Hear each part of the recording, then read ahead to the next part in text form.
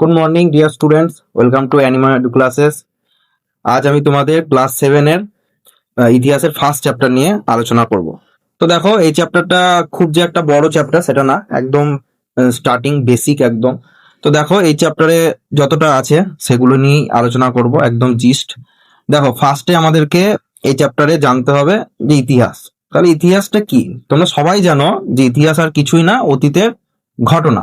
ঠিক আছে, এবার সেই ঘটনাগুলোকে আমরা, কোনো ঘটনা আমরা লিখিত উপাদানে পেতে পারি, কোনো ঘটনাকে আমাদের অনুমান করে নিতে হয়।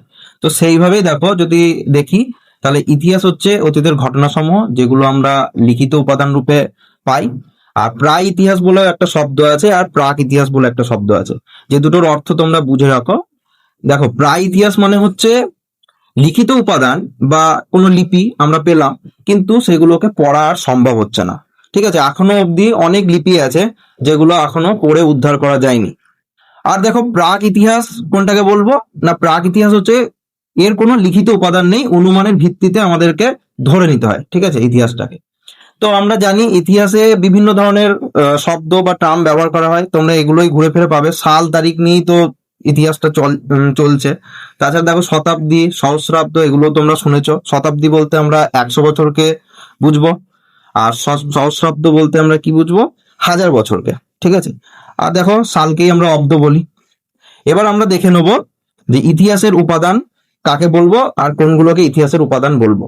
তো দেখো, যেসব উপাদান থেকে আমরা পুরোনো দিনের কোনো ঘটনা সম্পর্কে জানতে পারবো সেগুলোই হচ্ছে আমাদের ইতিহাসের উপাদান। যেমন ধরো, পুরোনো দিনের কোনো মূর্তি, পুরোনো কোনো মুদ্রা বা পুরোনো কোনো বই, স্থাপত্য, ভাস্কর্য, এগুলো থেকে আমরা পুরোনো দিনের অনেক ঘটনাই জানতে পারি। তাছাড়া আমরা ইতিহাসের উপাদান হিসেবে আরো কিছু উপাদান পাবো, যেমন হচ্ছে দেখো, তাম্রলেখ। তাম্রলেখ কথাতেই বুঝতে পারছো, তাম্র শব্দের অর্থ হচ্ছে তামা। তো তামার পাতে যেগুলো লেখা হতো সেই উপাদানগুলোকেই বলছে আমাদের তাম্রলেখ। তাছাড়া দেখো, আর হচ্ছে শিলালেখ। শিলা কথার অর্থ কি? পাথর। তাহলে পাথরের উপর খোদাই করে যেগুলো লেখা হতো সেগুলোই হচ্ছে আমাদের শিলালেখ। আর কি হচ্ছে? লিখিত উপাদান, মানে হচ্ছে কাগজের উপর যেগুলো আমরা লিখিত উপাদান হিসেবে পাই। ঠিক আছে, তো এই হচ্ছে ইতিহাসের উপাদান সমূহ। এবার দেখো, এই যে ইতিহাস, ঠিক আছে, আমাদের কাছে ইতিহাসটাকে এত সহজ সরল ভাবে কারা উপস্থিত করলো, সামনে কারা নিয়ে এলো? না দেখো, বিভিন্ন ঐতিহাসিক আছে যারা যারা না কি করে, ইতিহাস নিয়ে তারা আলোচনা করে, লেখালেখি করে। এগুলো হচ্ছে তাদের কাজ, ঐতিহাসিকদের। এছাড়াও প্রত্নতাত্ত্বিক আমরা অনেক পাই, যারা মাটি খুঁড়ে ইতিহাসের উপাদান বের করতে মানে সাহায্য করে। তো তাদেরকে আমরা বলবো প্রত্নতাত্ত্বিক। ঠিক আছে, আর এদেরকেই আমরা এক কথায় বলতে পারি ইতিহাসের গোয়েন্দা, যারা ইতিহাসটাকে খুঁজে বের করছে আর আমাদের সামনে সেটাকে দেখাচ্ছে। তো এই হচ্ছে ইতিহাসের গোয়েন্দা। দেখো, তারপরে আমরা কিছু ইনফরমেশন জেনে নেব হিন্দুস্তান আর ইন্ডিয়া সম্পর্কে। দেখো, খ্রিস্টপূর্ব 6ষ্ঠ-5ম শতকে গ্রিক ঐতিহাসিক হেরোডোটাস ইন্ডিয়া শব্দটি সর্বপ্রথম ব্যবহার করেন। আমরা জানি হেরোডোটাসকে আমরা কি বলি? না, ইতিহাসের জনক বলে আমরা জানি। আর দেখো, আরেকটা ইনফরমেশন, সেটা হচ্ছে সিন্ধু বিধৌত অঞ্চলগুলোকে হিদুস বলা হতো। আর হচ্ছে 7ম শতকের শেষ ভাগে একজন অজ্ঞাতনামা লেখক, নাম জানা ছিল না সেই জন্য বলছে অজ্ঞাতনামা লেখক, তিনি হুদুদ অল আলম গ্রন্থে হিন্দুস্তান শব্দ দ্বারা সমগ্র ভারতকে বোঝান। ঠিক আছে, তো এটাই আর কি, ছোট ছোট ইনফরমেশন শর্ট কোশ্চেনের জন্য, খুব একটা ইম্পর্টেন্টও না, যেহেতু ফার্স্ট চ্যাপ্টার। তোমরা যদি দেখো, সেই চ্যাপ্টার থেকে সেরকম আমাদের কোশ্চেন আসে না। তো যেটুকু আর কি আসার মতো সেটুকুই আমি চেষ্টা করছি বলার। এবার দেখো, তোমরা ইতিহাসের যুগ, আমরা ইতিহাসের যুগকে যদি দেখি 3টে ভাগে ভাগ করতে পারি: প্রাচীন যুগ, মধ্যযুগ আর আধুনিক যুগ। প্রাচীন যুগ বলতে আমাদের হচ্ছে 3600 খ্রিস্টপূর্ব থেকে আমাদের 500 খ্রিস্টাব্দ।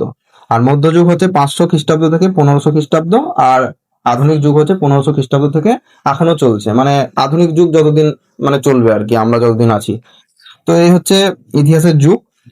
প্রাচীন যুগ মানে বুঝতে পারছো, মানে আগুনের ব্যবহার শিখেছে, সবকিছু মানে চাষবাস করা হয়ে গেছে, পশুপালন করছে, মানে স্থায়ী বসতি তখন স্থাপন হয়ে গেছে সবারই, আর মানুষজন একদম সাধারণ জীবনযাপন করছে। আর মধ্যযুগ মানে বিভিন্ন সম্রাট, ঠিক আছে, রাজা, এদের ঘটনা তোমরা জানতে পারবে, বিশেষ করে মানে সাম্রাজ্য স্থাপনের যে ঘটনাগুলো। আর আধুনিক যুগ মানে হচ্ছে বিভিন্ন আন্দোলন, ঠিক আছে, বিদ্রোহ, বিপ্লব, ইতিহাসের বিভিন্ন ঘটনা, ঠিক আছে। যেমন আমরা এখানে এই যুগেই আমরা গান্ধীজি, স্বামী বিবেকানন্দ, রবীন্দ্রনাথ ঠাকুর সবারই সম্পর্কে আমরা জানি। ঠিক আছে, তাদের ইতিহাস সম্পর্কে জানতে পারি। তো এই হচ্ছে ইতিহাসের ধারণা, ফার্স্ট চ্যাপ্টার তোমাদের এটুকুই ছিল। এর বাইরে এই চ্যাপ্টারে সেরকম কিছু নেই। তো আশা করি ভিডিওটা তোমাদের যতদূর এখন অব্দি বুঝিয়েছি ভালো লেগেছে। তো যাদের ভিডিওটা ভালো লেগেছে একটা করে লাইক করে দিও, আর আমাদের চ্যানেলটাকে অবশ্যই সাবস্ক্রাইব করো, বন্ধুদের মধ্যে শেয়ার করো। আর যদি কোনো কোয়ারি থাকে তোমাদের তাহলে সেগুলো কমেন্ট সেকশনে তোমরা জানাও। তো দেখা হচ্ছে পরবর্তী ভিডিওতে। Thank you.